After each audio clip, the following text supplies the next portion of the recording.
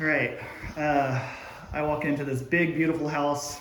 It's freezing cold outside, and there's this magnificent, glorious, look at the size of that radiator, and by God, it is putting out the heat, and thank God for that.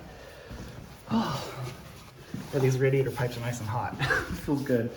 Okay, so inside, so far, equally impressive.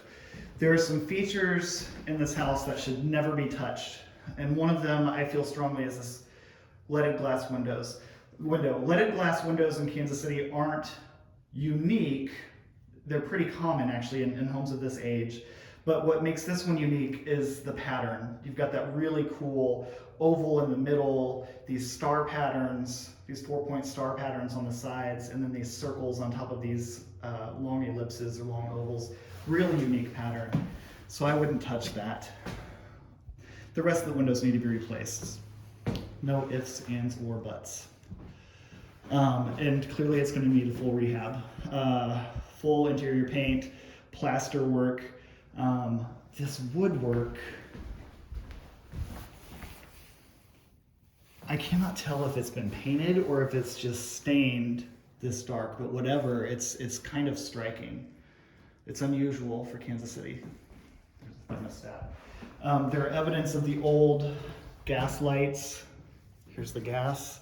A lot of times when electric conversion happened, they would run the electric through the gas pipes, and you can see the old gas pipe back there behind it and some Romex here. So we'll probably see more of those. There are a lot of, I'm seeing original light switches, probably here since it was electrified, since the house was electrified.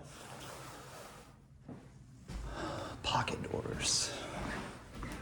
This is a one-side pocket door, and it's off the track. That's unfortunate. I have a set in my house that are on the track and functioning. You can still get the hardware and stuff for them. They're really great. This little, yeah, it's all jammed up. If you push this button, a little handle will pop out. This is so that was the entry hall. Front staircase. There'll be another staircase somewhere, I promise. I don't know where it is yet, but it'll be around here somewhere. And then we're in the living room, or what they would have called the parlor. That was never a functioning fireplace. It's always been gas logs, and they have gas logs in it now. Probably not safe to use anymore. Again, big radiator over here. Somebody spray painted them silver recently. I can see it on the floor. Old windows, old outdated lighting. Let's see what kind of wiring we have.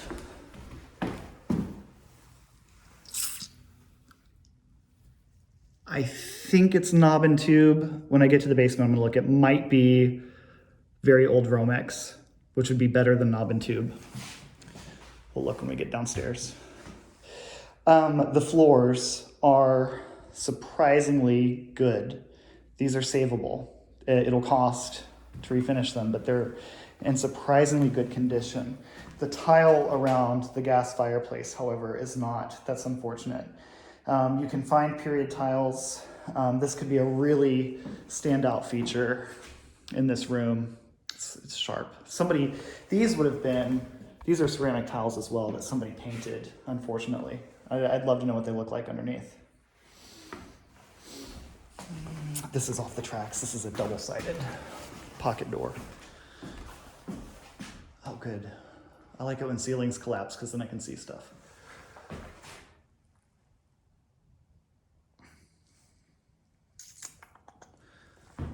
Those can be fixed.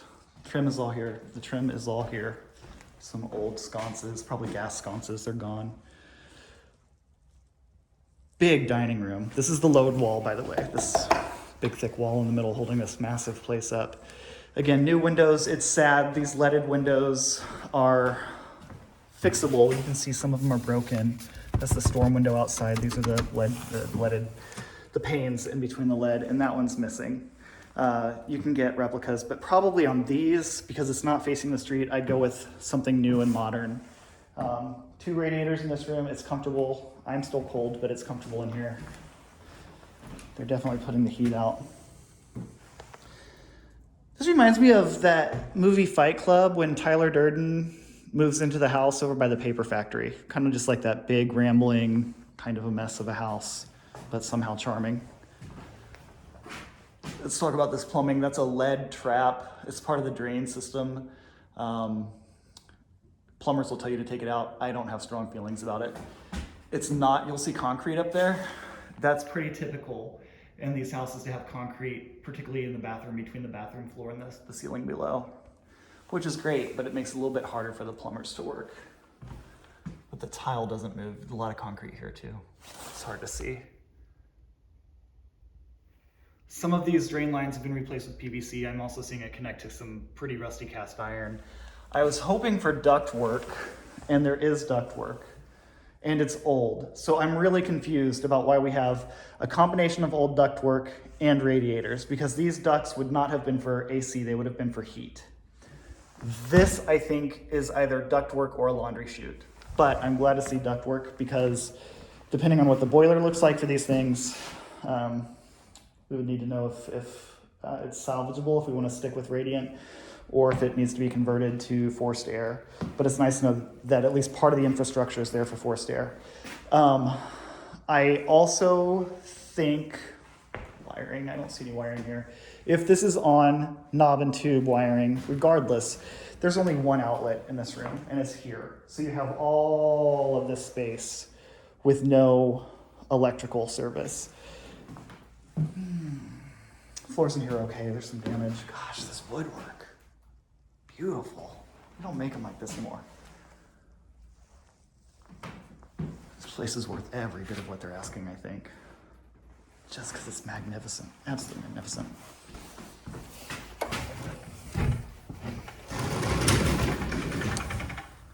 This is the back door. It's a strange back door. I'll have to look out back again. This would have been a kitchen door, not an exterior door.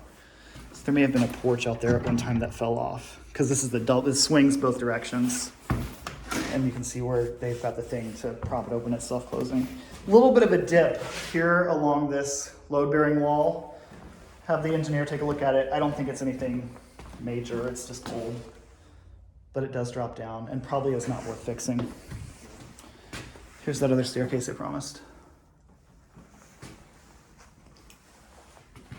Man, kitchen kills it. Small kitchen. We'll go down to the basement in a minute. This is gonna be some long videos.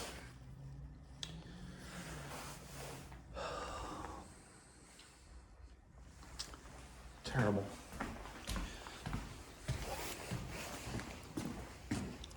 That kitchen's so small. This is a chimney, so you're stuck with it. It's probably the service chimney for the flue. This kitchen is so small and in such bad shape. I would get an architect in here to design plans to open up this wall all the way to the dining room and put in a beam, an LVL beam to support the load. And then I'd put in, we've already got 2 doors. I think I'd put in really wide doors on that side of the kitchen. And then I'd mirror that over here on the back side of the dining room. So you've got this big, almost, I would use those accordion style glass doors that hinge on themselves, so you can really open up that wall and just take advantage of that space. It's a modern feature, but it's at the back of the house and it would complement it well. We're gonna go up before we go down. This is gonna be a coat closet and it's sizable. Good size for the house. Yeah, there's nothing in this kitchen worth saving except the radiator. This place is cool. Okay, let's go upstairs. Let's go to the back staircase. A lot of times, and I would recommend this, unless somebody's really attached to the back staircase, we will see them go away. They're kind of a waste of space for modern purposes. Back in the day when you kept the kitchen closed to keep the heat out of the rest of the house, these were great. I have a back staircase in my house. I've got the front one there, and then my back staircase is at the back of the kitchen. And when we redo the kitchen, we're gonna get rid of that because it's a perfect spot for a pantry. And we need that room to make our kitchen like more functional. So it's an option to get rid of. Some people love them and keep them. I'm not really strongly attached to them. That's an interesting radiator. That's not from Kansas City. We are in that window that had those really cool columns, that really cool architectural feature. keep going. I was questioning whether these spindles were original to the house or not because they've been painted. I think they were. The biggest clue is that there's actually notches cut out for them. A skilled carpenter could make replacements. They're very fine. They're thinner than modern spindles. So I think it'd be cool to either keep them. If you can't keep them, then I would get rid of them altogether and just open it up a little bit.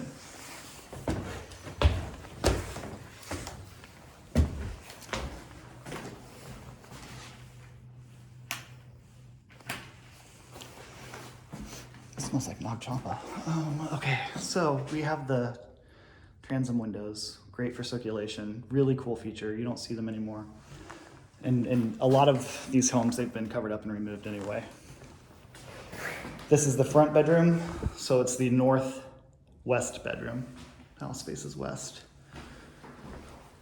I'm gonna bank on it and say that this place needs to be rewired. I'm seeing enough sketchy stuff to where I don't care if it's knob and tube or whatever. It's probably a hodgepodge.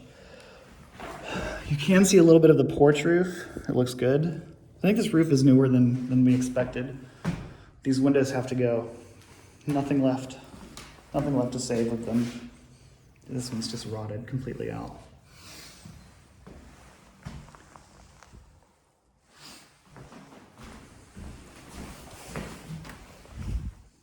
It's a weird closet, but it's actually decently sized for the neighborhood. This may have, yeah. So this room, that closet would not have been there. I think that's a newer feature. The trim matches, but probably this room would have been just a sitting room for the front bedroom, which would have been what we would consider the master. Or vice versa, they've got a fireplace in it, so what do I know? But a lot of times in these houses, the front bedroom will connect to a smaller room that people used as a nursery or like a sitting room or a place to get dressed. So I think that's probably what the case was, and they added that narrow closet.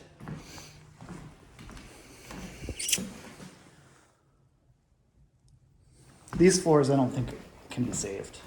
That's pretty rough.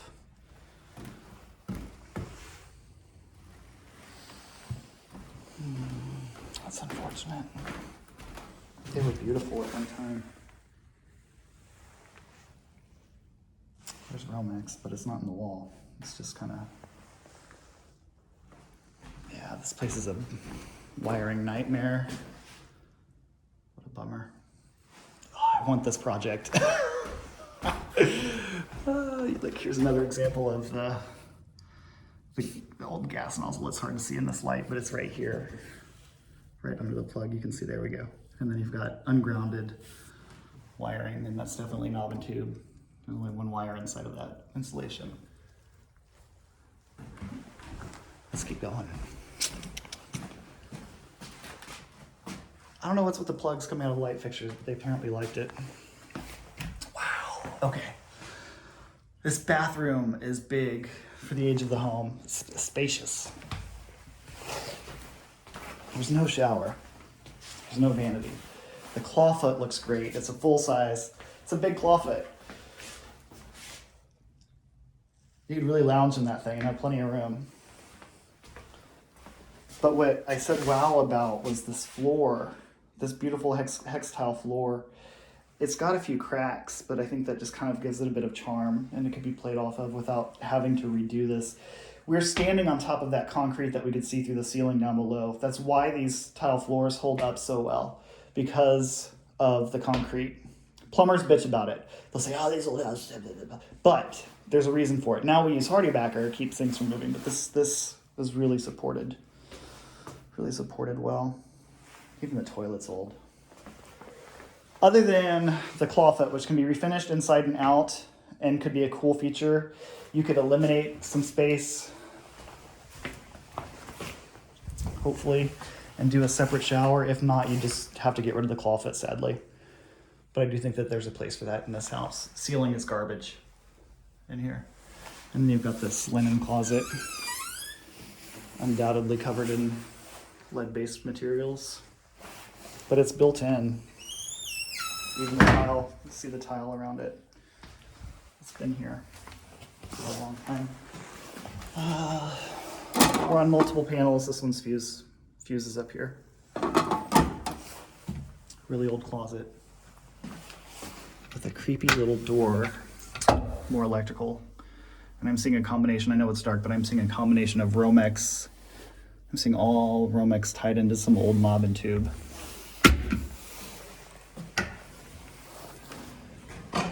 This is actually an intercom system, and it would have gone to different parts of the house. You would speak into this and it would go to one room, this one would go to another room, sometimes to the front porch or back porch. Here we are in what I think was a washroom. Not originally, it would have been a bedroom, but there's that door that we saw out back. But we have plumbing for some reason. This door is huge. Look at the size of this door. So use the tiles on the floor. We've got 1, 2, 3, 48 inches door, 4 feet. It's a fucking Murphy bed. Oh, how cool. So yeah, this was somebody's bedroom and that would have been like just a wash area. How great is this? Look, it pops up. Hold on, see if I can get it. Oh yeah.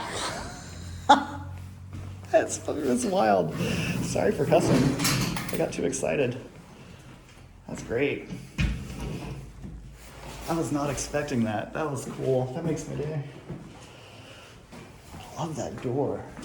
I mean, like, even if you have to turn the Murphy bed into a closet, like, that door's got to play in here somewhere. Transom window with the hardware. It's stuck. Another bedroom. This one's decently sized.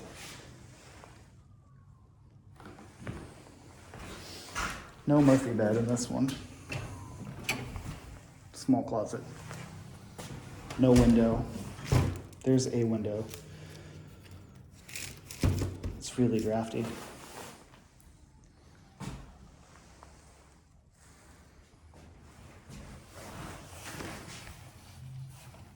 That's stuck too. Let's go upstairs. There's going to be one more level of fun. Here's another one of those really distinctive radiators. I said they're not from here. They're distinctive for here. They're probably from somewhere around here, but that's just, our radiators have a deeper profile and this is a pretty skinny one. Also, it's really cold up here, even though this radiator is nice and hot. See how long this cord is, and it used to be tied, there was even more, it's tied to the handrail. We had one at my grandparents' house and they called it the three-way switch because you could do it from upstairs or down. More. This is cool. That's kind of deliciously creepy with that weird old lamp. It says Smith Victor. And then you've got this charming little built-in over here. And somebody painted it red.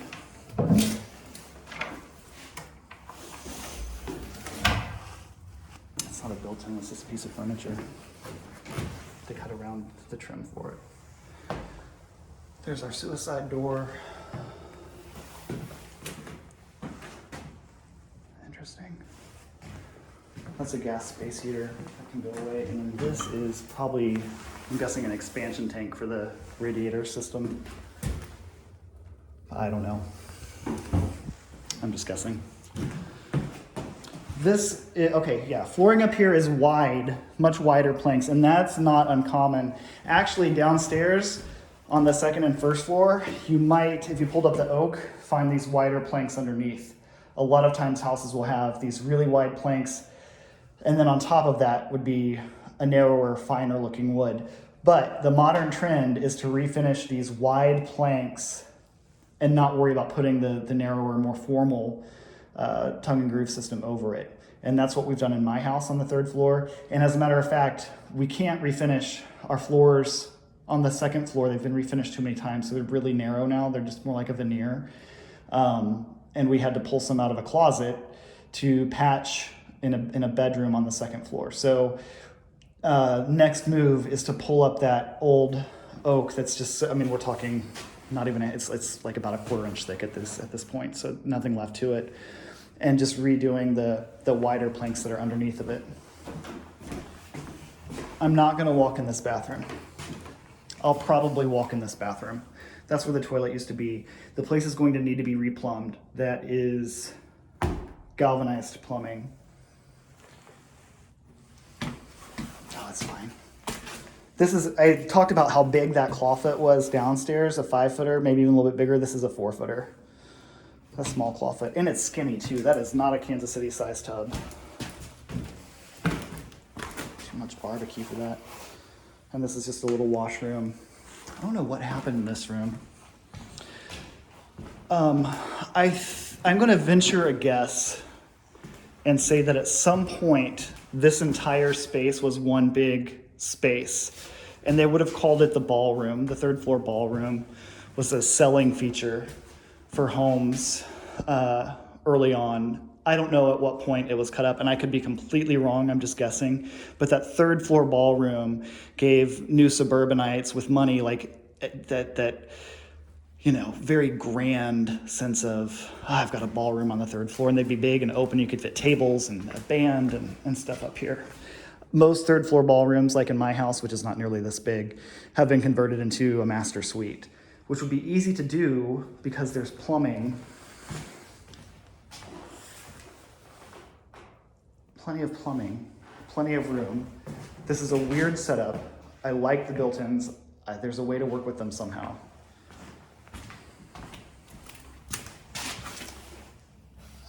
I worry about this covering on the floor. It might be asbestos. There's going to be asbestos in this house.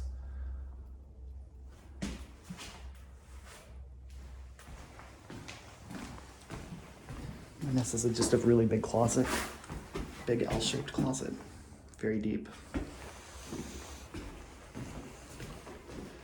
Make sure I didn't miss anything up here. I'm at 22 minutes. Let me turn off this light. Oops. Forgot the expansion tank was there. I'm at 22 minutes, so I'm going to stop this video because it's going to take forever to upload. And I'm going to start the basement. This place is cool. Very, very cool. Oh, here's the door I missed. Another closet. It's just a closet. Check out that wallpaper. How wild. This place is cool. Let's go to the basement. I'll start a new video.